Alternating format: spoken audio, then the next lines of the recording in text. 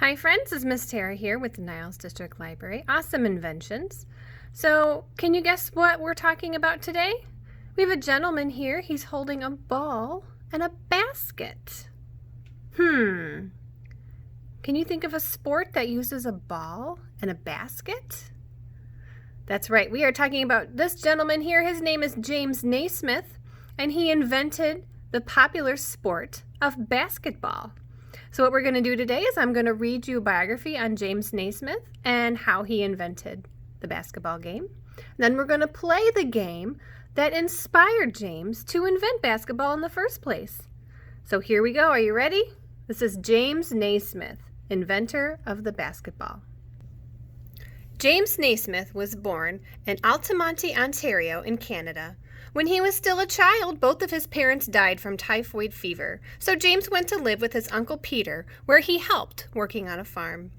Young James enjoyed athletics and playing games. One of his favorite games was called Duck on a Rock. In this game, a smaller rock, called the duck, was placed on top of a big rock. Then the players would try to knock the duck off by throwing a small stone.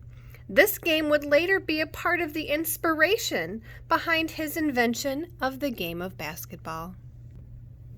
In 1883, Naismith enrolled at McGill University in Montreal, Canada. He was a good athlete and participated in many sports, including football, lacrosse, gymnastics, and rugby. After graduating with a degree in physical education, he went to work as a PE teacher at McGill. He later left Montreal and moved to Springfield, Massachusetts, where he went to work for the YMCA. He was also a member of the Canadian Mounted Forces. During the winter of 1891, Naismith was put in charge of a class of rowdy boys. He needed to come up with an indoor sport that would keep them active and help burn off some energy. He considered sports like football, baseball, and lacrosse, but they were either too rough or they couldn't be played indoors. Naismith eventually came up with the game of basketball. His idea was to have a basket placed high on the wall. Players would have to throw a soccer ball into the basket to score points. To keep injuries to a minimum, he said they couldn't run with the ball. In order to move the ball closer to the basket, they would have to pass it. He called the game basketball.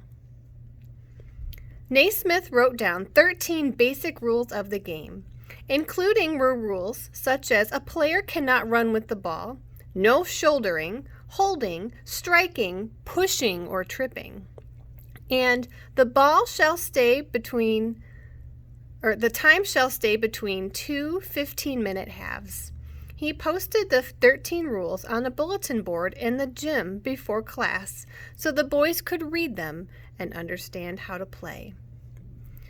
Naismith took 2 peach baskets and attached them at each end of the gym, around 10 feet high. Then he explained the rules and started the first game of basketball. At first, the boys didn't quite understand the rules, and the game turned into a big brawl in the center of the gym.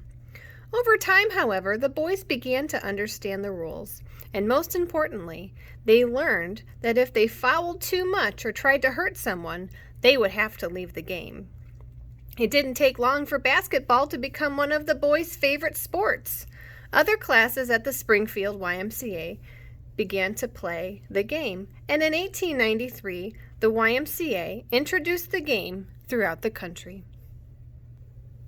Naismith went on to become the first basketball coach at the University of Kansas. At first, most of his games were played against YMCA teams and nearby colleges. His overall record at Kansas was 55 wins and 60 losses. In his later life, Naismith saw basketball grow to become one of the world's most popular sports. Basketball became an official sport of the Olympics in the 1936 Summer Olympic Games. Naismith was able to hand out the Olympic medals to the winning teams. He also helped form the National Association of Intercollegiate Basketball in 1937. James Naismith was 78 years old when he suffered a brain hemorrhage and died on November 28, 1939.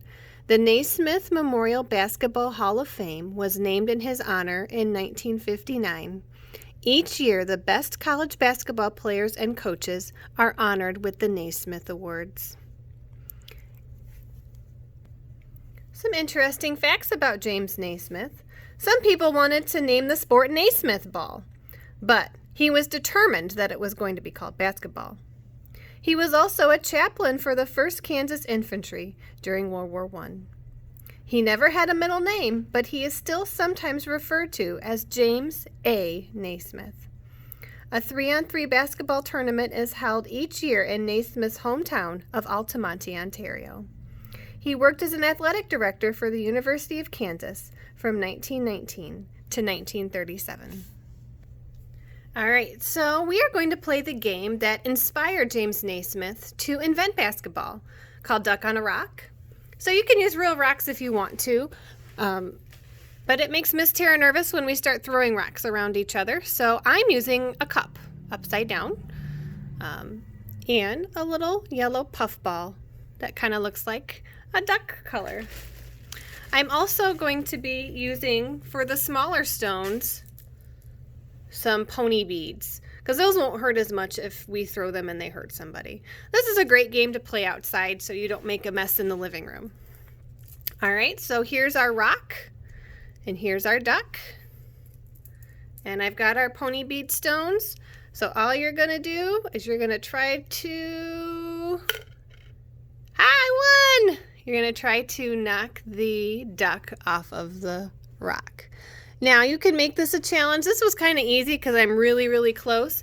You can make this a challenge and see how far back you can get and still hit the duck off of the rock. I hope you enjoyed our video this week on Awesome Inventions on James Naismith, and I hope you have fun playing Duck on a Rock at home. Until next time, we'll see you later. Goodbye, friends.